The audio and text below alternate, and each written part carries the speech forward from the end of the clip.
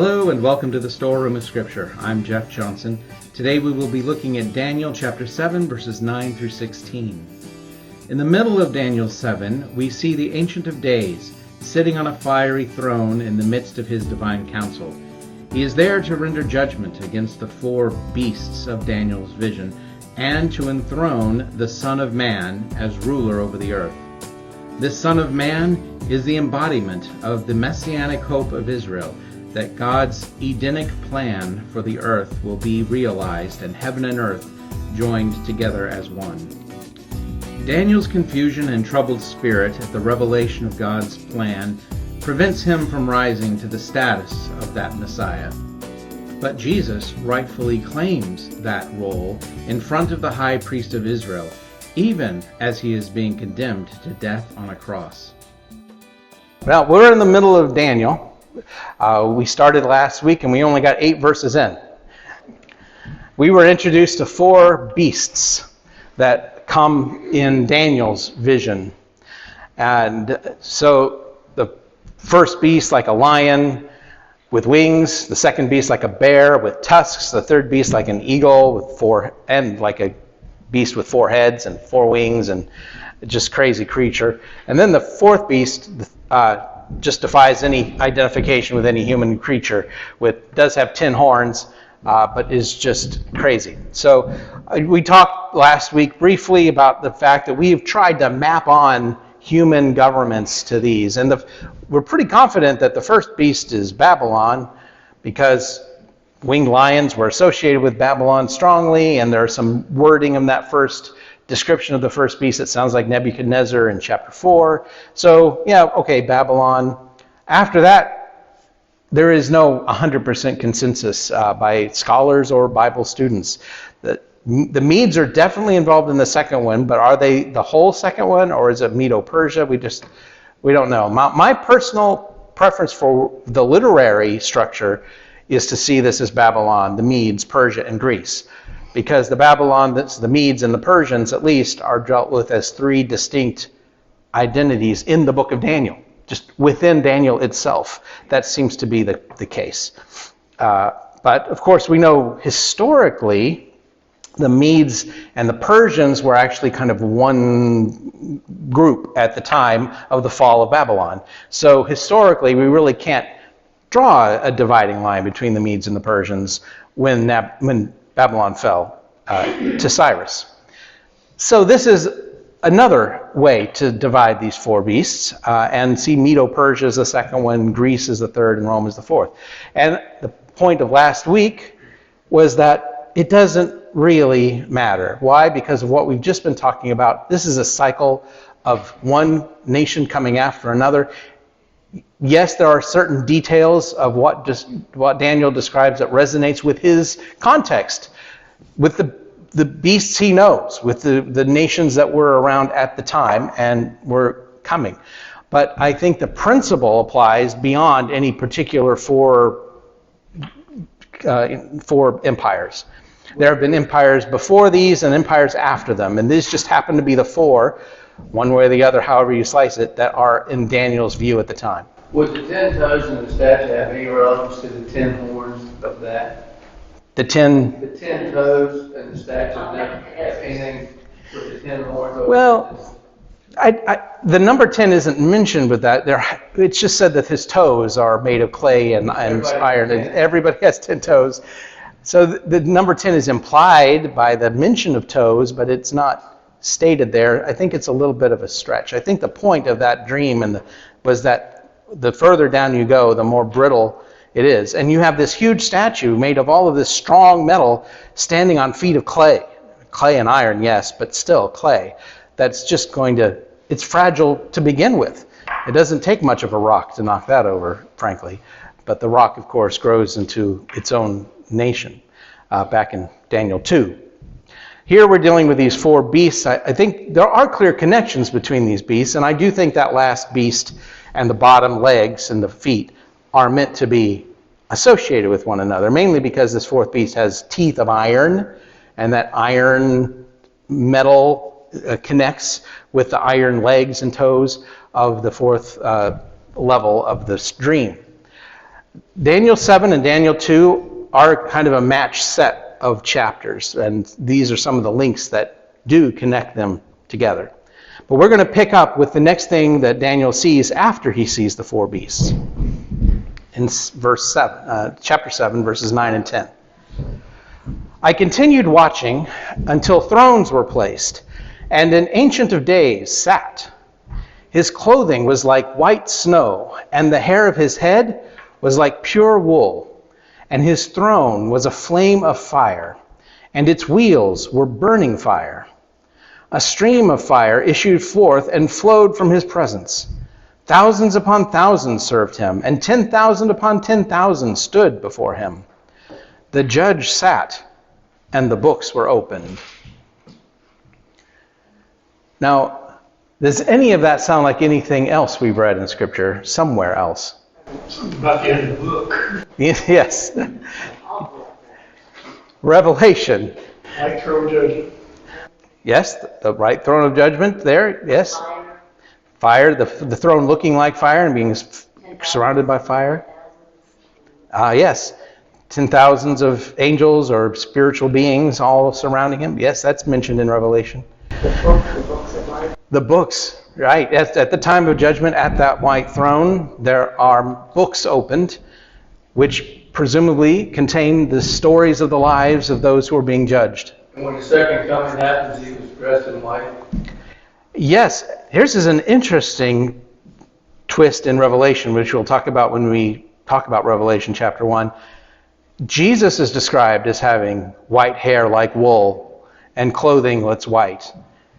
But here, who has that appearance?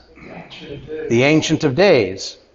And although it doesn't ever, it's an interesting feature of Daniel. The name Yahweh, the proper name of God, appears in Daniel in one paragraph. In all the rest of the book, it is not used, and is not used here. Although I think we would be intentionally ignorant to say this isn't Yahweh. It is Yahweh, the Ancient of Days. It's just another way of describing the God of Israel who is sitting. He's also called the Judge, which to me is kind of an echo of Genesis. We've already seen a few echoes of Genesis in different places, but when Abraham is talking to Yahweh about Sodom and Gomorrah, the question is asked, will not the Judge of all the earth do right? Will not the judge? So God is called a judge directly only a couple of times. He does act as judge and more times, but he's only called that a couple of times. And here is one of them, and that Genesis echo. So we have this judge sat, which is the Ancient of Days, also sat. But notice how many thrones are mentioned. It doesn't say a number, but it uses a plural. Thrones, not a throne, not the throne. Now, of course, God's throne is different than all the rest because it's made of fire. It is fiery on the inside and out, apparently. But thrones, plural, were placed, and an Ancient of Days sat. Now, it's another place where the book of Revelation echoes this. Revelation 4, there are 24 thrones and 24 elders sitting on the thrones. So there are multiple thrones with gods in the center. The only place in the Old Testament that mentions more than one throne is Daniel 7:9.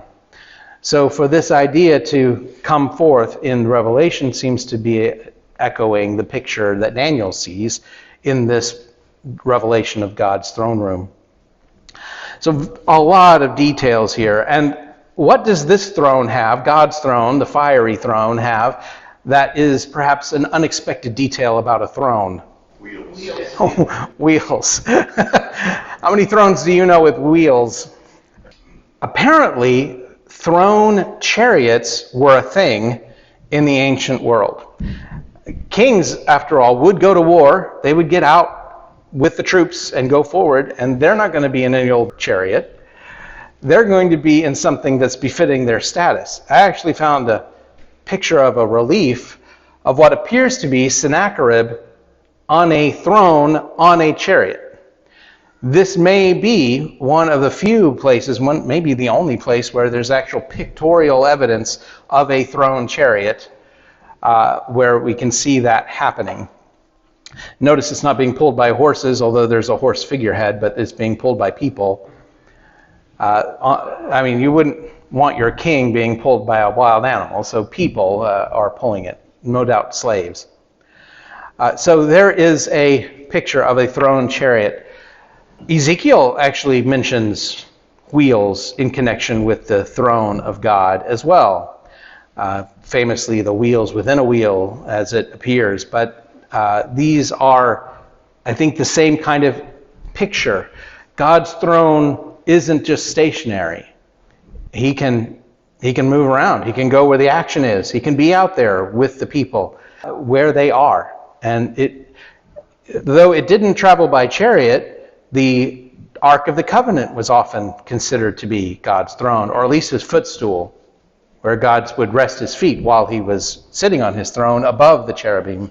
And that was mobile at first, until it got settled down in the temple. It was mobile. So God's throne as a mobile chair is a picture, and Daniel's description sort of captures that, along with all these other imagery that we have.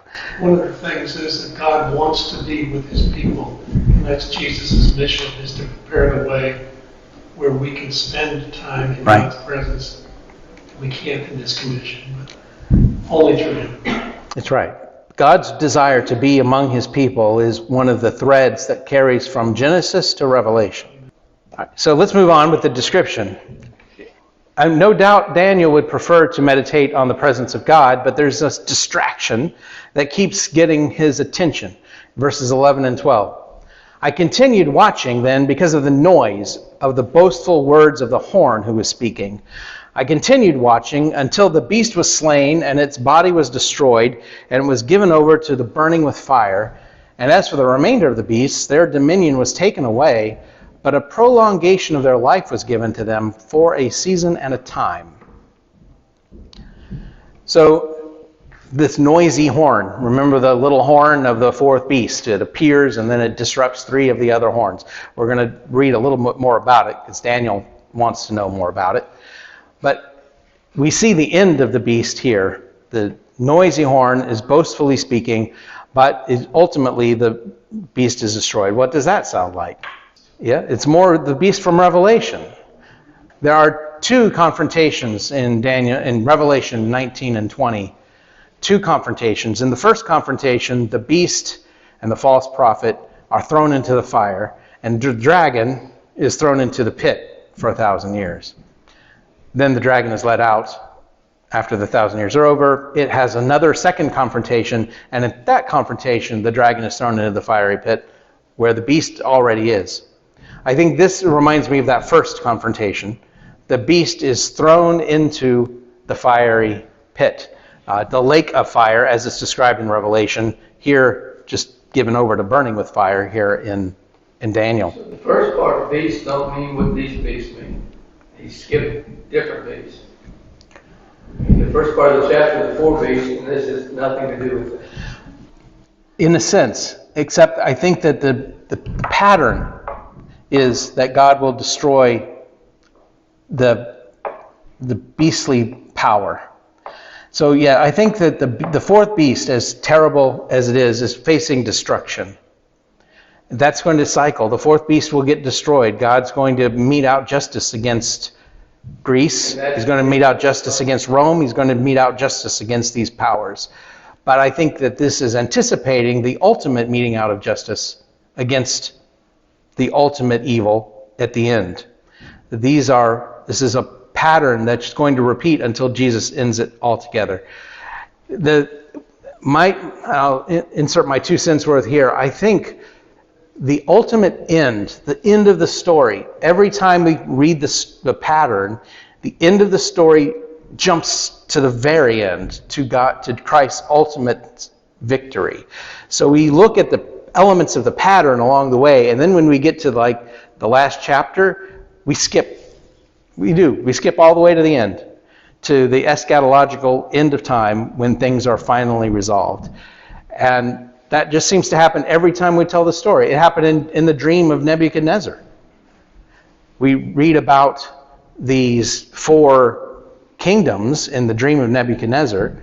And whether or not that last kingdom at the bottom is Greece or Rome, it really doesn't matter, because Rome didn't end when the church began. Rome was still in power. There were still Caesars for a century after Jesus established the church. And the rock filling the whole earth, I think that's the ultimate victory of Christ at the very end. But that doesn't happen right away. So again, every time the pattern is told, we're told the elements along the way, and then at the end, we jump, like this jump cut to the end of the whole story. That's maybe not a satisfactory conclusion, but it's kind of how I am seeing it. We talk a lot about different situations in which we see a foreshadowing of Christ, a type of Christ. Right. In the New Testament, they talk about the fact that there will be many antichrists. Yeah. And this is a foreshadowing of those many antichrists. Yep. The fall of Greece, the fall of Rome, they represent this in part, a partial fulfillment of that destruction by fire that we will know in full when Christ returns. Another element, though, that I find interesting, I'm always looking for, as I read through these passages now, I'm looking for the millennium, because that is the one thing that almost all commentators on the book of Revelation say, is that this idea that there's this 1,000 years between one decisive victory and a second is kind of a new thing for John's revelation, that we don't really read about a hiatus of power that is then ultimately ended. The beast is destroyed, the fourth beast is destroyed, but what happens to the other three? Somehow their influence lingers on. Their ultimate dominion, their superiority dominion as the world power is no more, but still there's something about their governance that remains for a season and a time. Here's where I think there's that kernel of the idea of a millennial reign. That yes, there's a decisive victory. The beast is thrown into the fire, but there's still something that has to be done before everything is completed. And those other beasts linger for a while. They're allowed. That's true. It was given to them. That's a divine passive. We're going to run into that in Revelation. I've noticed that when something is allowed to happen or has been given, it doesn't say God gave it to them exactly directly, and yet it's still something he allows. So Daniel 17, 13 through 14. I continued watching. It's interesting how Daniel just keeps saying, it's like, I think he's meaning to suggest I was transfixed. I couldn't take my eyes off of what's going on here. So he says, I continued watching in the visions of the night, and look, with the clouds of heaven, one like a son of man was coming. And he came to the Ancient of Days, and was presented before him. And to him was given dominion and glory and kingship, that all the peoples, the nations, and languages would serve him. His dominion is a dominion without end, that will not cease, and his kingdom is one that will not be destroyed. So again, I think this is that flash forward from our current cycle to the end of all ends of the cycle, Christ's coming. And so he comes on the clouds, he comes to the Ancient of Days, and he's given dominion and glory and kingship. This happens to be a passage that Jesus quoted. Not verbatim, not the whole thing, but he did make a clear reference back to this when he was in front of the Sanhedrin before his crucifixion, when he was being falsely accused and the high priest was trying to make something worthy of death against him. Well, let's read that passage. It's from Matthew 26, verses 63 through 65. So after the high priest asked him to answer these false accusations, we read, but Jesus was silent. And the high priest said to him, I put you under oath by the living God that you tell us if you are the Christ, the Son of God. And Jesus said to him, you have said it. But I tell you, from now on, you will see the Son of Man sitting at the right hand of the power and coming on the clouds of heaven. And then the high priest tore his robes, saying, he has blasphemed. What further do we have what further need do we have of witnesses? Behold, you have heard the blasphemy. Now, some would argue that technically what Jesus just said is not blasphemy, even if it's taken for the full import of what he said, that it's not blasphemy, because blasphemy technically means saying something against God, demeaning God in some way, or accusing him of wrongdoing, or doing something that negative of God. And what Jesus said is not technically a blasphemous comment. There have been other people claiming to be the Messiah that were not accused of blasphemy, and some of them got a large gathering of people to come after them. Just claiming to be the Messiah isn't enough to be accused of blasphemy, and that's basically what Jesus is saying. But what is the import from Daniel? What does Daniel mean when he talks about the Son of God coming to the Ancient of Days? Basically, he is saying that the human governments are delegitimized, no longer have any legitimate power, and it resides with him. I am the Son of Man. I am that one that Daniel was speaking of, who will receive dominion and power. I will be in control. Here's why I think that the high priest can count it as blasphemy. Because Jesus is now under arrest.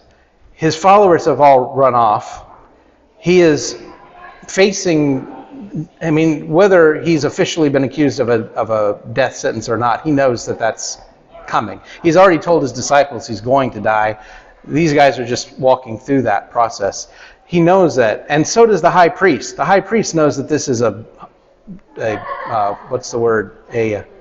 kangaroo court. That's the word I'm looking for.